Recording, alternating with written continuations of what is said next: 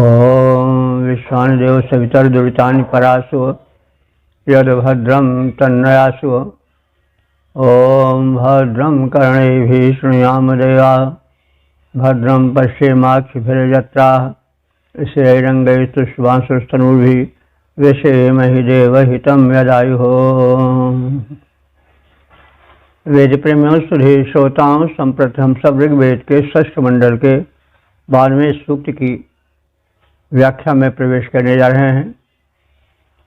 इस सूक्त में 17 मंत्रों का संकलन है। मंत्र में त्रिष्टुप, गायत्री, जगती आदि छंदों का प्रयोग है। मंत्र दृष्टा ऋषि हैं ऋजिष्ठा, भारद्वाज, देवता विश्वदेवा। इस सूक्त के प्रथम मंत्र का शीर्षक है यज्ञीय कर्मों में निर्धारित विधि विधान का अनुपालन हो। अब संबंधित मंत्र का सर्वप्रथम सस्वर पाठ हो जाए। नरद्दिवान पृथिव्यान मन्येन यज्ञेन नो दशमेभिराभिः उज्जन्वधं सुभ्वा अः परमता सोनिः जतामतिजाजस्य यष्टात्।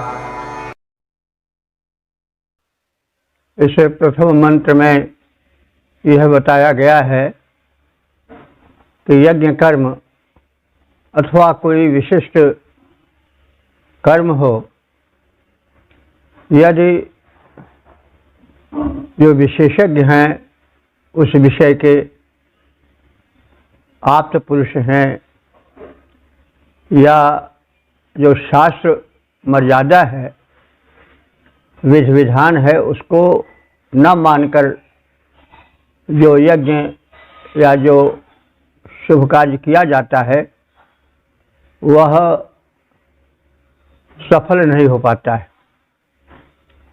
और उस यज्ञकर्ता को, उस शुभ कर्मकर्ता को भले ही वह कर्म अच्छा माना जाए, लेकिन यदि विधि विधान से नियम के अनुकूल नहीं किया गया है तो वह कार्य सफल नहीं होता है। उसकी प्रतिक्रिया विपरीत होती है, उसका दुष्परिणाम होता है। ना वह धरती का रह जाता है, ना आसमान का रह जाता है, न स्वर्ग का रह जाता है, न भू का रह जाता है। तो इसलिए कर्म को विधि विधान से, जो शास्त्रीय मर्यादा है, जो आप्त पुरुषों का कथन है, जो उस विषय के विशेषज्ञों की मान्यता है, उसके सीमा में, उसके नियंत्रण में ही कर्म करना चाहिए। कर्म में मनमानी नहीं होनी चाहिए। जो एक निर्धारित नियम है उनके प्रतिकूल नहीं होना चाहिए, नहीं तो वो प्रतिकूल फल देता है। यह तथ्य इस मंत्र में बताया गया है। ऋषि कह रहा है कि अतियाजस्य यष्टा। अतियाजस्य माने यज्ञ कर्म का जो शास्त्र विहित है उसका अतिक्रमण करके जो यज्ञ करने वाला यज्ञ करता है, न तथ दिवा, विधि विधान से न होने के कारण उसका तो स्वर्ग नष्ट हो जाता है। तो न उसके लिए स्वर्ग है, न पृथिव्याम, न पृथ्वी का ही सुख ऐश्वर्य उसके लिए है। तो न वो स्वर्ग में सुखी रह सकता है, न पृथ्वी पर सुखी रह सकता है, यदि उसका यज्ञ कर्म, यदि उसका शुभ कर्म विधि विधान से संपन्न नहीं हुआ है। तो इति अनुमन्य, ऐसा मैं मानता हूँ।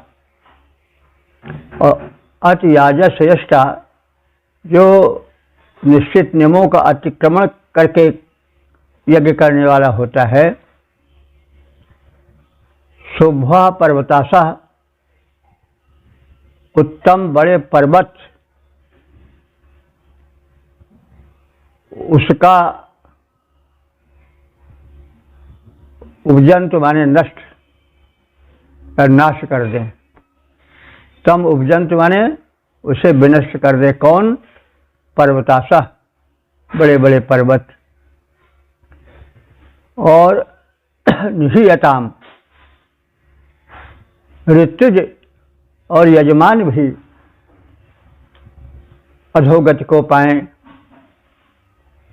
ऋषि कहता है, हमारी सुनिश्चित मान्यता है कि वह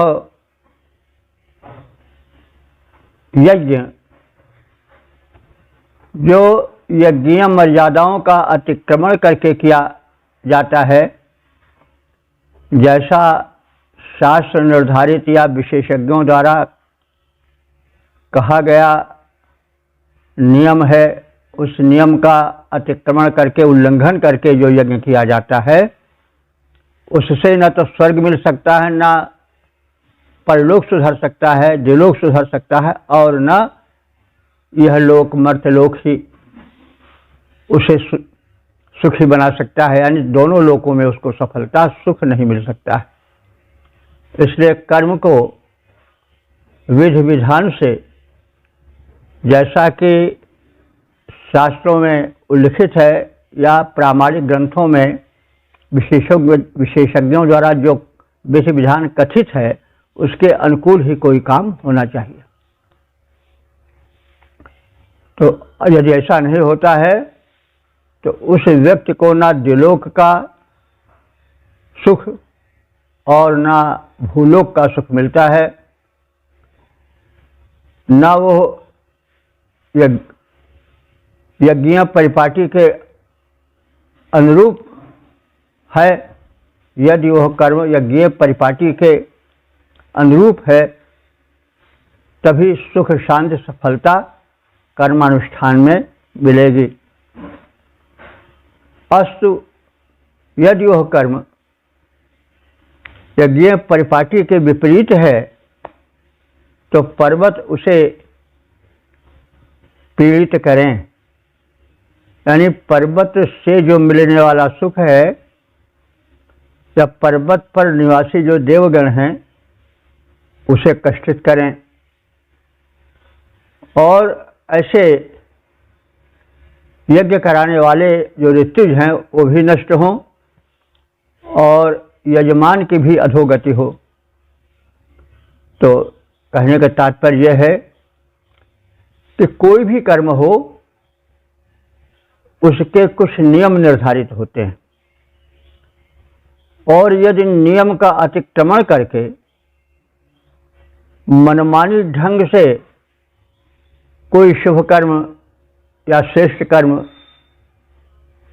किया जाता है, तो उसका अनुकूल परिणाम तो दूर रहा,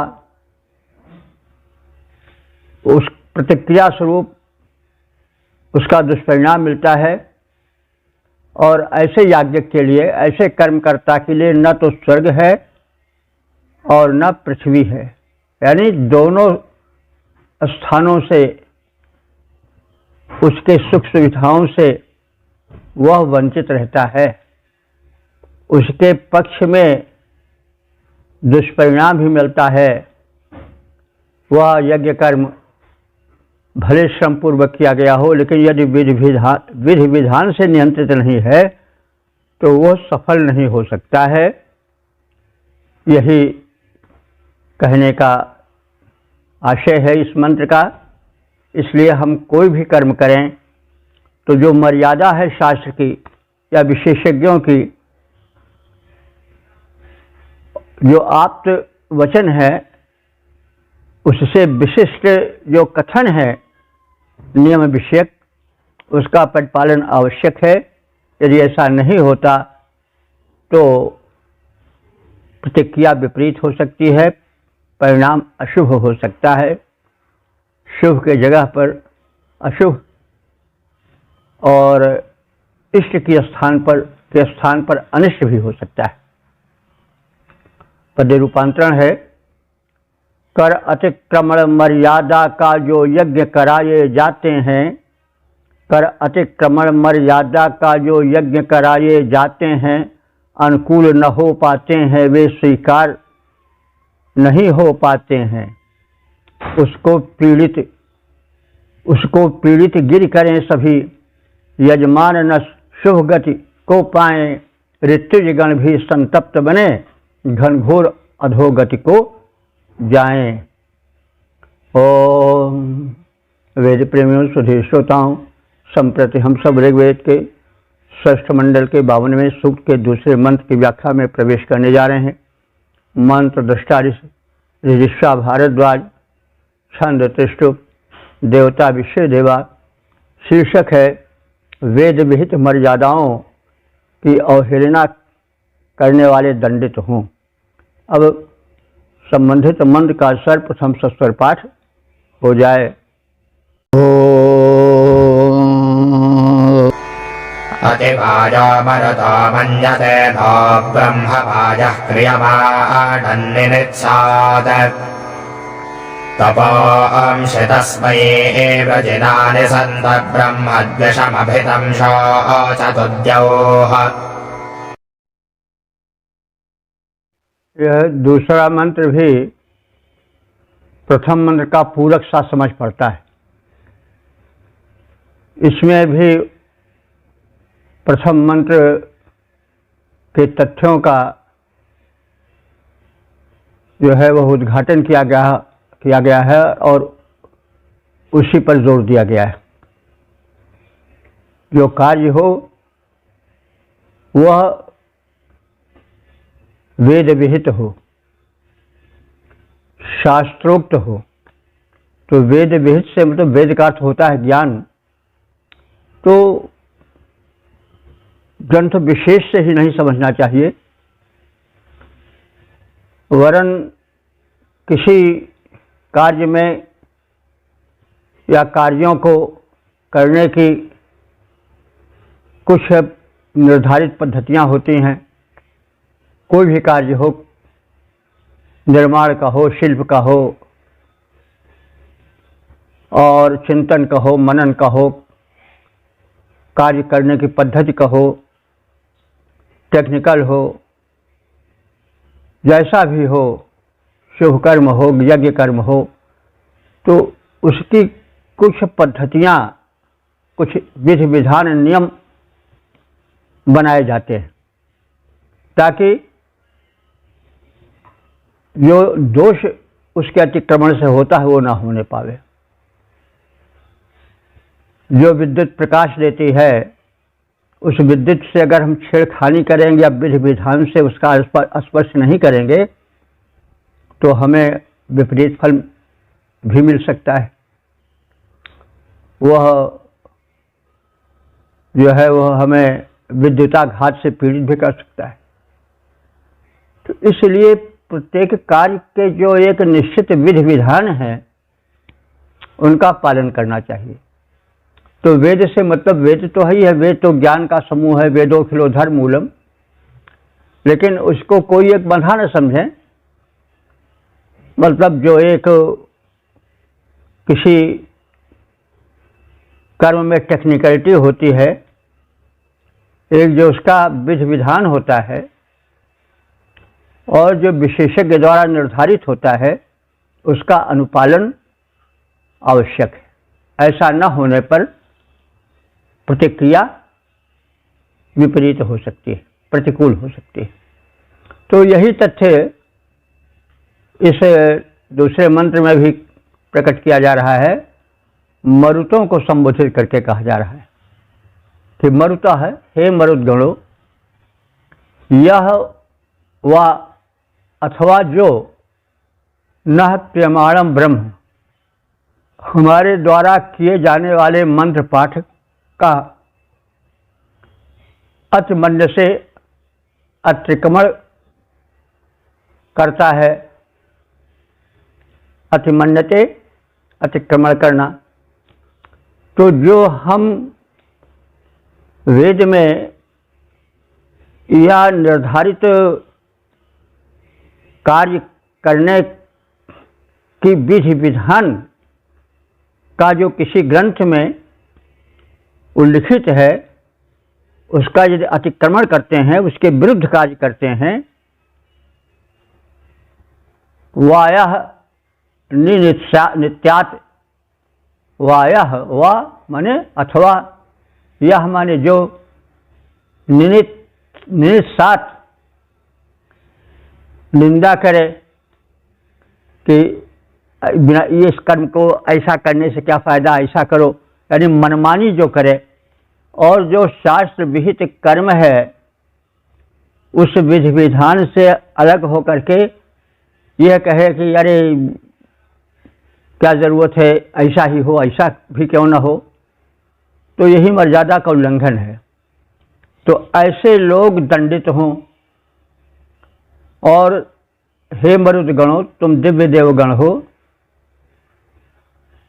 उसके लिए तस्मयी, उसके लिए तपूंसी, तपूंसी माने तप्त करने वाली अग्नि की ज्वालाएं, वृजनानि संतु, दाहक हो जाएं, संघारक हो जाएं। तम ब्रह्मद्विष, उस ब्रह्मद्विष को यानी ज्ञान के अतिक्रमणकर्ता को, निर्धारित विधि विधान का उल्लंघन करने वालों को, देव अभिशोचंत, देव माने द्विलोक, अभिशोचत माने शोक से संतप्त करे, यानी वह प्रतिक्रिया स्वरूप पीड़ित हो, ताकि वह जीवन में फिर वह गलती न दोहरा सके, अन्य लोग उस अतिक्रमण के करने का विचार न करें और किसी क्रिया के संपादन में जो विधि विधान है उसके अनुसार ही चलें।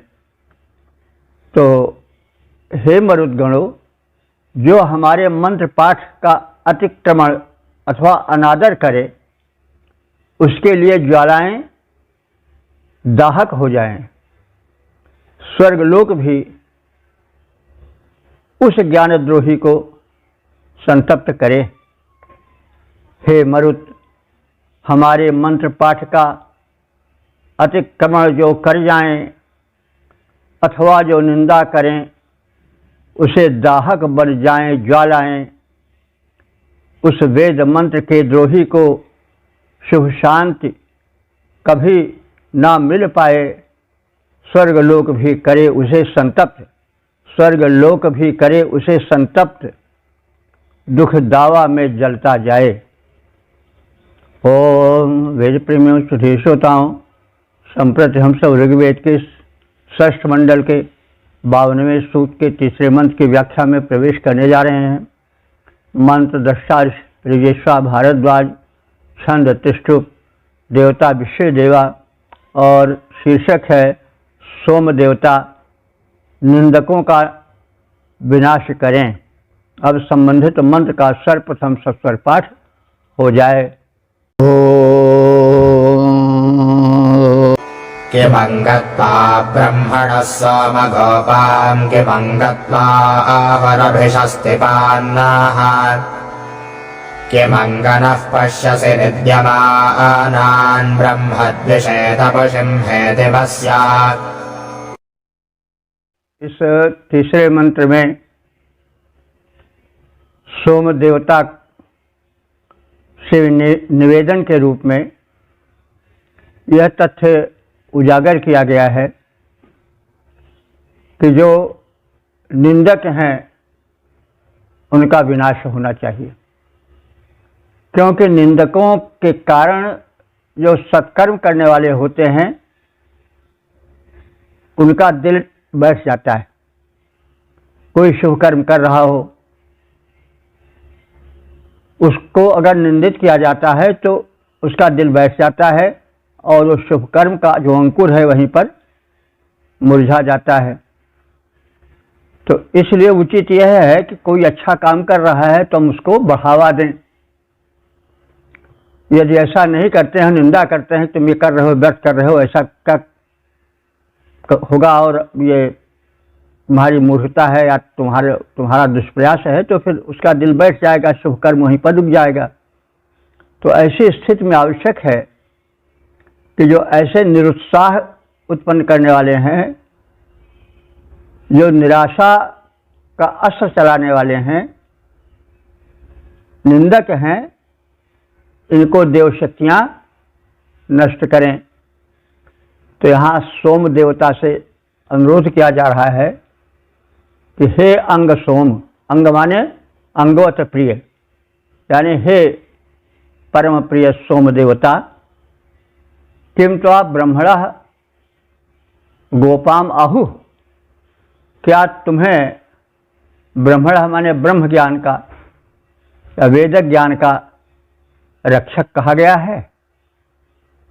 किम त्वा नः अभिषस्ति पाम आहु, क्या तुम्हें निंदा से हमारा बचाव करने के लिए निश्चित किया गया है, निर्धारित किया गया है, यह भार तुम पर सौंपा गया है। और यदि ऐसा है तो न निद्यमानान पश्यशिव, तो फिर तुम जो निद्यमान हैं यानी निंदा करने वाले हैं उनको तो देख ही रहे हो कि वे अपने कटु वचनों द्वारा वो निरुत्साहित करते हैं, किसी को शुभ कर्म करने से वंचित करने की भूमिका बनाते हैं। तो ऐसे लोगों को तुम जानते ही हो, तुम सर्वदर्शी हो। अस्तु, अनुरोध है कि हमारी निंदा करने वालों को तू देखे और ब्रह्मदृशे तपुंसि हेतिम अस्य, और जो ब्रह्मदृश हैं, ब्रह्मदृश माने ज्ञान के द्रोही हैं, ज्ञान के शत्रु हैं, किसी ज्ञान के पथ पर अन्वेषण के या शुभ कर्म के पथ पर चलने से रोकने वाले हैं, बाधा डालने वाले हैं, उनको हे सोम तुम तपुंस हेतिम, तपुंस माने संतप्त, ताप फैला देने वाले,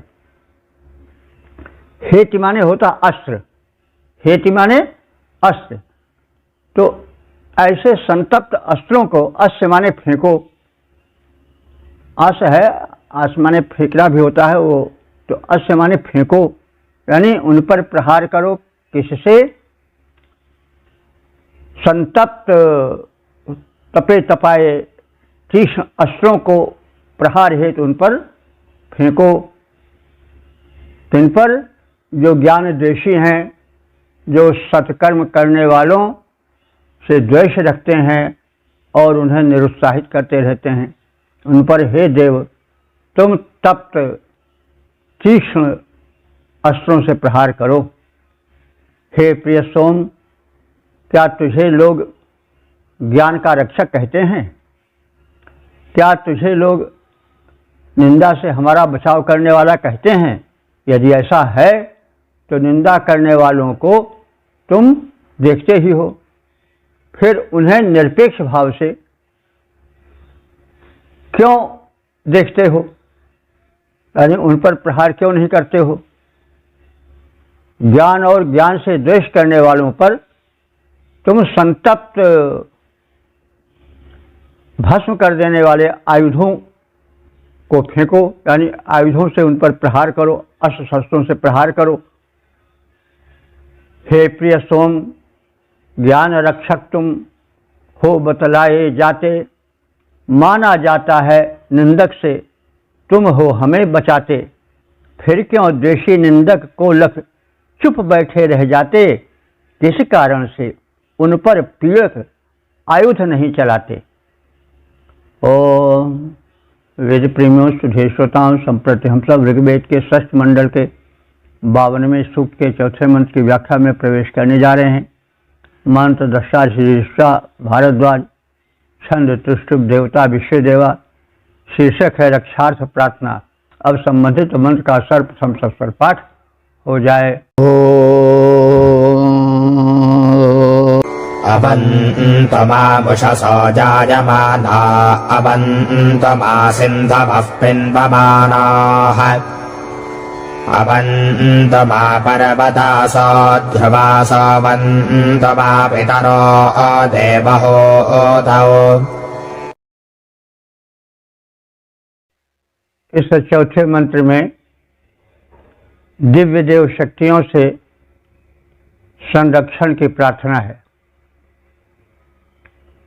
जायमानाः उषसः, जायमान माने नित्य प्रकट होने वाली, उषसः उषाएं, तो उषाएं तो रोज पैदा होती हैं, रोज छिप जाती हैं, प्रकट होती हैं। तो ऐसी उषाएं जो कि नित्य प्रकट होती हैं, माम अवंतु, मेरी रक्षा करें।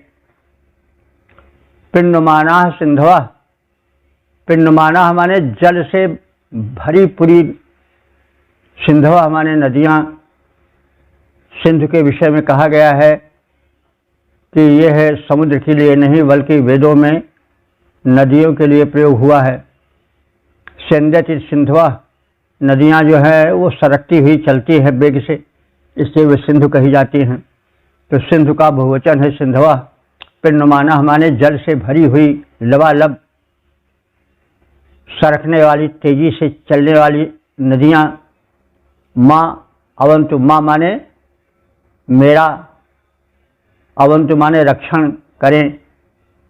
तो माँ माने मत भी होता है, लेकिन माँ माने माँ माँ अवाम न उस्मान, ऐसा भी रूप चलता है। तो माँ अवंतु माने मेरा संरक्षण करें। ध्रुवासा पर्वतासा, ऐसे पर्वतासा माने पर्वत जो कि ध्रुव माने अचल हैं, अडिग हैं, वे भी माँ अवंतु मेरी रक्षा करें। पितरः देवहूतौ, हमारे पितरगण हमारी रक्षा करें। देवहूतौ माने जो हूत माने आहूत, मंत्रों द्वारा प्रार्थनाओं द्वारा बुलाए गए देवगण हैं, वे भी माँ अवंतु मेरी रक्षा करें। तो नित्य प्रकट होने वाली उषाएं, जल से परिपूर्ण नदियाँ, अटल रहने वाले पर्वत, पितरगण, यज्ञ में आहूत उपस्थित देव शक्तियाँ मेरी रक्षा करें। नित्य प्रकट होकर जागृत करने वाली उषाएं, निर्मल नीर प्रवाहित करने वाली शुभ सरिताएं, यज्ञों में आहूत उपस्थित देव शक्तियाँ सारी पितर समेत सभी मिल करके रक्षा करें हमारी। ओम वेद प्रेमियों सुधी श्रोताओं, संप्रति हम सब ऋग्वेद के षष्ठ मंडल के 52वें सूक्त के 5वें मंत्र की व्याख्या में प्रवेश करने जा रहे हैं। मंत्र दृष्टा ऋषा भारद्वाज, देवता विश्वदेवा और छंद त्रिष्टुप है। शीर्षक है उत्तम विचार एवं दीर्घायु हेतु प्रार्थना। अब संबंधित मंत्र का सर्वप्रथम सस्वर पाठ हो जाए। विश्वदानीं स्वमनसस्यापश्ये पदसौर्यमुच्चरन्तम् तथा करद्वसुपदरवसो नाम देवाङ्कोहानवसागमिष्ठः। इस पंचवें मंत्र में उत्तम सकारात्मक चिंतन से युक्त दीर्घायु पाने हेतु प्रार्थना है। विश्वदानीं सुमनसः श्याम, विश्वदानी माने सभी दिनों में सदा ही हम उत्तम विचार करने वाले हों। विचारों का जीवन पर बड़ा प्रभाव पड़ता है। हम जैसा सोचते हैं या कोई जैसा सोचता है वैसा हो जाता है। यदि कोई लूट घसोट का विचार करेगा तो वह लूटने घसोटने वाला हो जाएगा। कोई शुभ कार्य का चिंतन किया करेगा तो वह शुभ कार्य में लगेगा। तो जो जैसा सोचता है वो वैसा हो जाता है और वैसा करने भी लग जाता है। तो भाई सोचना करना तो अपने हाथ में है, लेकिन फल तो अपने हाथ में नहीं है ना। जीव स्वतंत्र कर्म करने को, पर परवश दुख सुख भरने को, आप कर कुछ जो चाहो वो कर डालो, स्वतंत्र हो, लेकिन करने के बाद उसका फल क्या होगा इसमें तुम परतंत्र हो। तो इसलिए पहले से ही भूमिका बनानी चाहिए, मानसिक चेतना जगानी चाहिए कि हम सदैव श्रेष्ठ चिंतन ही करें ताकि उसका परिणाम भी हमको उत्तम मिले। तो इसी परिप्रेक्ष्य में कहा जा रहा है कि विश्वदानीम सुमनसा श्याम, हम संपूर्ण दिनों में सदा ही उत्तम विचार करने वाले बने रहें। सूर्यम उच्चरंतम पश्येम अनु, सूर्यम उच्चरंतम माने सूर्य को ऊपर उठते हुए हम चिरकाल तक देखते रहें, अर्थात हम दीर्घ जीवन पावें।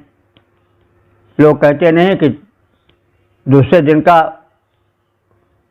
उगता हुआ सूर्य नहीं देख पाओगे, यानी अंत हो जाएगा वही।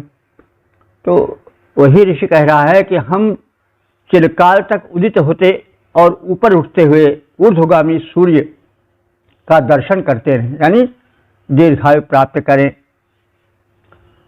वसुनाम वसुपतिम तथा करत, वसुनाम माने धनों के, वसुपति माने धनाधिपति, करत माने करो, धनों के स्वामी हमको कर दो, यानी हम श्रेष्ठ धनैश्वर्य के स्वामी बन जाएं। देवान ओहाना अवसा आगमिष्ठा, देवों को बुलाने वाले हे अग्निदेव, देवान ओहाना देवों को आवाहित करने वाले, अवसा माने अपने संरक्षण शक्ति से, आगमिष्ठा हमारे पास आओ। तो अग्निदेव को संबोधित करके कहा जा रहा है कि हे देवों को बुलाने वाले देवदूत अग्निदेव, अपने संपूर्ण संरक्षण शक्ति से हमारे जीवन में हमारे निकट आओ और हमें समन्तात रक्षण प्रदान करते रहो। हम सदैव उत्तम विचार करने वाले बने रहें, उदित होकर ऊपर उठने वाले सूर्य का चिरकाल तक दर्शन करते रहें, अर्थात दीर्घायु पाएं। देवों को आहूत करने वाले, बुलाने वाले, हव्यवाह माने हवन को देवों तक पहुँचाने वाले अग्निदेव अपनी रक्षण शक्ति समेत हमारे पास आएं, हमारे जीवन को प्रकाशित और प्रफुल्लित करें। उनमें उत्तम सद्विचार ही प्रतिक्षण उठे हमारे, उनमें उत्तम सद्विचार ही प्रतिक्षण उठें हमारे। रवि का उत्थित रूप बिलोके, दीर्घ दीर्घ आयु हम धारे। हव्यवाह जो अग्निदेव वे अपनी कृपा पसारें, रक्षण शक्ति समेत हमें, रक्षण शक्ति समेत हमारे वे सन्निकट पधारें। ओम वेद प्रेमियों सुधीर श्रोताओं, संप्रति हम सब ऋग्वेद के षष्ठ मंडल के 52वें सूक्त के 6ठे मंत्र की व्याख्या में प्रवेश करने जा रहे हैं। मंत्र दृष्टा ऋषि भारद्वाज, छंद त्रिशुप, देवता विश्वदेवा, शीर्षक है रक्षा हेतु प्रार्थना। अब संबंधित मंत्र का सर्वप्रथम सस्वर पाठ हो जाए। इन्द्रो नेदिष्ठमवसागमिष्ठः सरस्वते सिन्धुभिः पिन्वमाना पर्जन्यो न ओषधे भरमयो भरग्निः सुशंसः स्वहवः पितेव। इस छठे मंत्र में विभिन्न देवों से रक्षार्थ प्रार्थना है। प्रथम इंद्रदेव से प्रार्थना है। इंद्रः अवसा निर्दिष्टम आगमिष्ठा। इंद्रदेव, अवसा माने संरक्षण साधन द्वारा, निर्दिष्टम आगमिष्ठा, निर्दिष्ट माने निकट, आगमिष्ठा माने आए, यानी इंद्रदेव अपने संरक्षण साधनों समेत हमारे निकट आएं। सिंधुभी पिंडमाना सरस्वती, सिंधुभी माने नदियों द्वारा, पिंडमाना माने परिपूरित हुई, उमड़ती हुई सरस्वती नदी। तो सरस्वती बड़ी नदी थी अपने युग की। अब तो सरस्वती किन्हीं कारणों से विलुप्त हो गई है और जहाँ तहाँ कुछ पता चलता है, लेकिन सरस्वती अब विलुप्त हो गई है। वैज्ञानिकों का ऐसा कथन है कि किसी समय हिमालय का कोई बहुत बड़ा पर्वत शिखर टूटकर गिरा और सिंधु नदी की जलधारा जो है वो छिटक गई और अपने प्रवाह मार्ग से इधर उधर उसका जल बहने लगा। पहाड़ पर्वत प्रदेश पर कुछ जल गंगा में गया, कुछ जो है वो यमुना में गया। तो कहना लोगों का ऐसा है कि सरस्वती इसी रूप में मिली हैं, जल उनका दोनों नदियों में मिला है। एक विचार है। तो जिस समय वेद मंत्र दृष्टा ऋषि थे, उस समय सरस्वती एक विशाल नदी थी, उसमें तमाम सहायक नदियां मिलती थीं।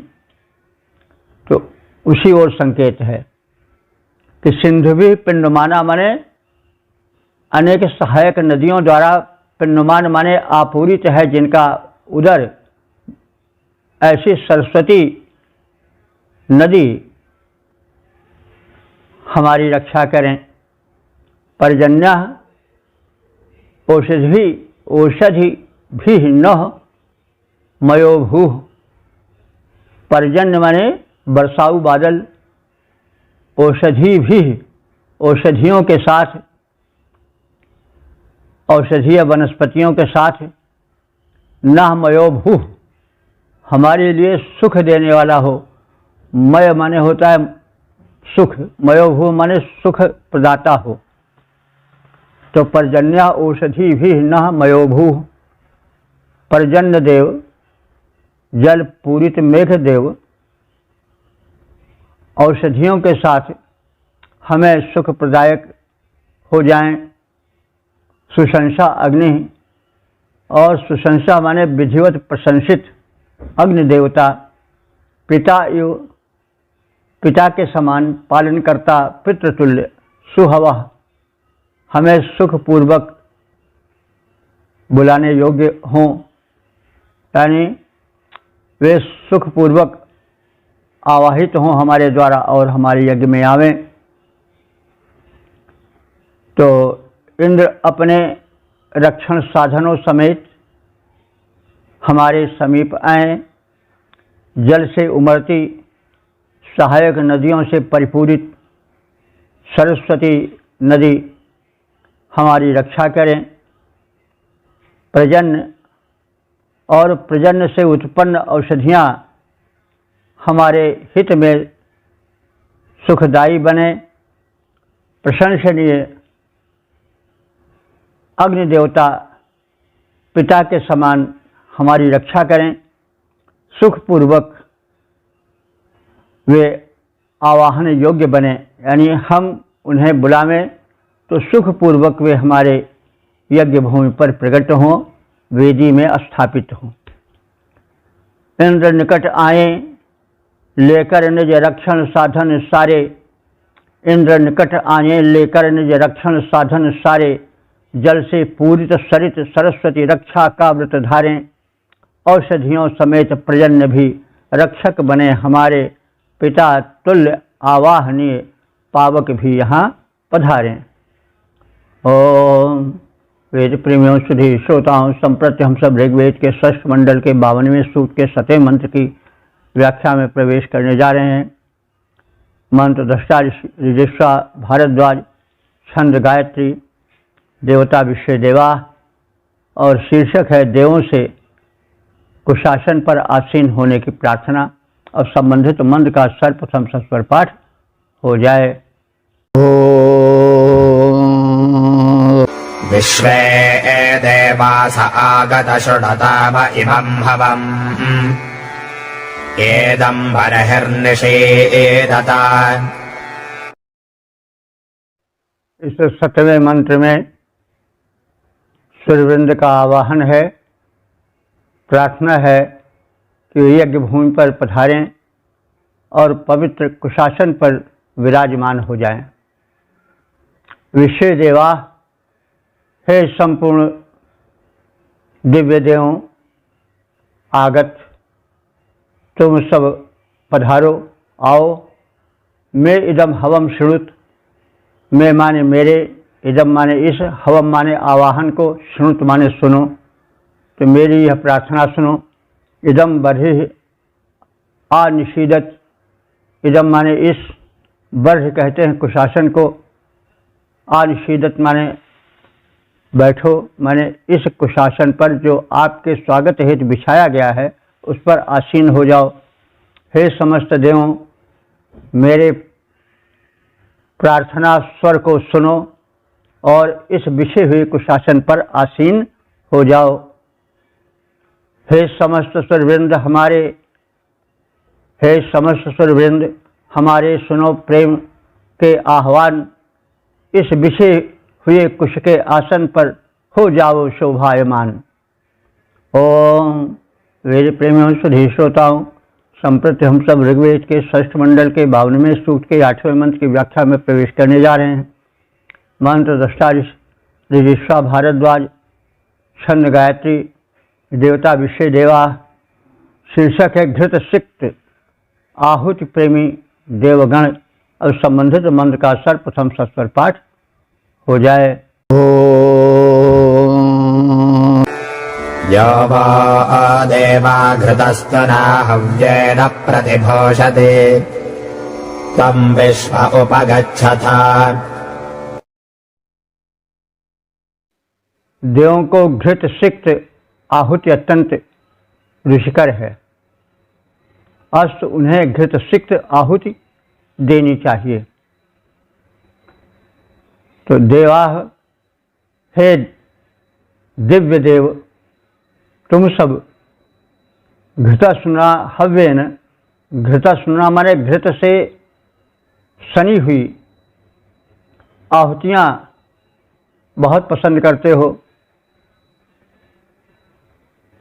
और यह वह प्रतिभूषित, यह माने जो, वह माने तुम सबको, प्रतिभूषित माने अपने इस घृत सिक्त आहुति द्वारा प्रसन्न करता है, तुमको सुशोभित करता है, समर्पित करता है।